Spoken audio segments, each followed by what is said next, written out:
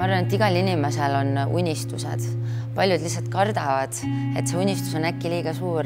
Ei ole, pole olemas liiga suuri unistusi. Et kui sa väga tahad midagi, siis pinguta selle nimel. Ühel päeval sa saadki selle.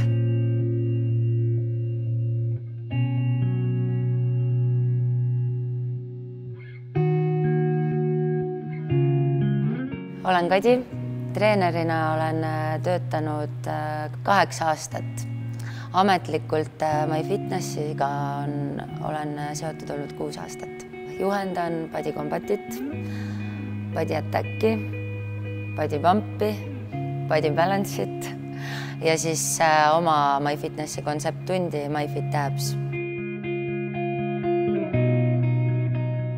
Enne töötasin 10 aastat pangas. Treeneri töö oli esmalt hobi minu põhitöö kõrvalt, et kuni see juba muutus väga keeruliseks.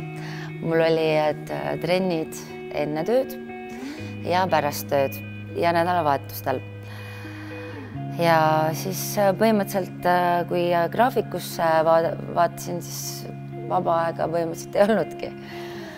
Ja ma tundsin ka, et kontoritöö, ma ei suuda tegelikult istuda ühe koha peal. Jah, kogu aeg mõtted olid juba trennide juures. Nii hästi mäletan, kuidas oled töö juures, püüad keskenduda, samal ajal jalad harjutavad koreograafiat õhtuseks trenniks. Ja mõttes jällegi oli väga pikalt, et mis oleks, kui prooviks. Mis oleks, kui prooviks. Ja see on ikka väga suur samm.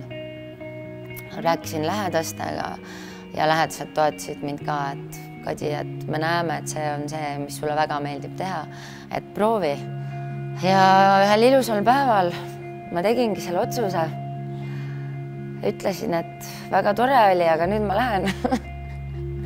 Nüüd ma lähen vaatan, kuidas on olla treener. Ja ma nii hästi mäletan seda tunnet, panin ukse selja tagant kinni. Ma teadsin, et see on mu viimane päev. Ma esimese asjana helistasin emale, ma ütlesin ja siuke tunne oli, et issand appi, mis nüüd edasi saab, et nagu vaba, ma oleks nagu vabanenud.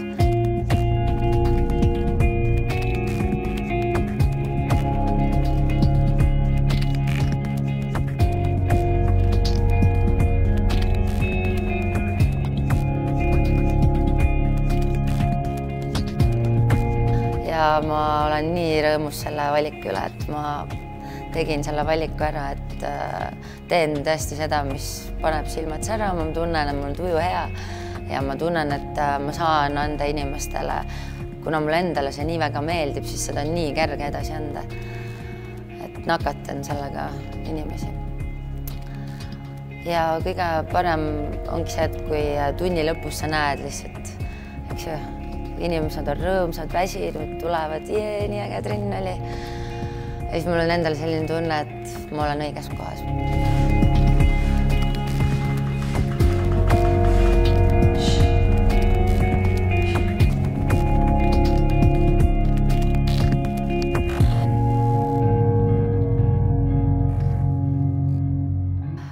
Minu arvates on treener inimene, kes teeb oma tööd südamega, inspireerima inimesi, motiveerima, muutma inimese päeva paremaks.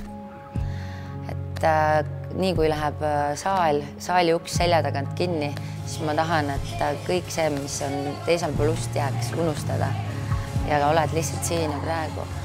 Ja tund aega võib muuta terve päeva. See tiimi energia, see sünergia, mis tekib saalis, see motiveeribki. Ma saan ise nii palju energiat sealt ja ma tunnen, et ma tahan iga kord anda endast 100%, et oma südamest, et ma tunnen, et kui üks päev peaks olema hetk, kui ma ei tahaks minna trenni, siis ei oleks õige. Nemad ei pea teadma, mitu trenni sul on päevas, eks ju, kui väsinud sa oled. Et nad peavad saama täpselt selle sama emotsiooni. Ma kogu aeg mõtlen selle seisukoha pealt, kui mina oleks see inimene, kes tuleb trenni ja vaadata, et kas ma tahaks näha sellist treenerit, eks ju. Ma ei tahaks näha sellist treenerit, kes tuimalt loeb 3-ga üles, 1-ga alla või siis üldse ei naerata või siis üldse ma näen, et ta ei pingutaks, et ma tahaks, et treener annab endast ka parima. Sa pead suutma motiveerida igat ühte, et inimesed on nii erinevad. Sa pead suutma laskma neil pingutada isegi rohkem, kui nad oleks arvanud.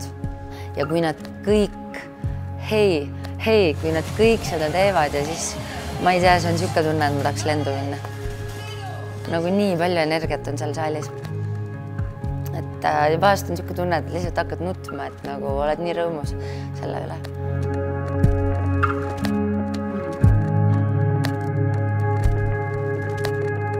Väga õnnelik, sest ma saan teha seda, mida ma väga armastan. Sest ma tean seda tunnet, kui sa ei saa seda teha. Kui ma olin vigastatud 3 kuud ja siis ma mõtlesin, et ma lihtsalt ei suuda enam olla. Et ma olin lihtsalt väga kurb. Ja siis mõtled, et kui kõige tähtsam on tervis, siis sa saad aru, et nii vähe on tegelikult vaja, et olla õnnelik.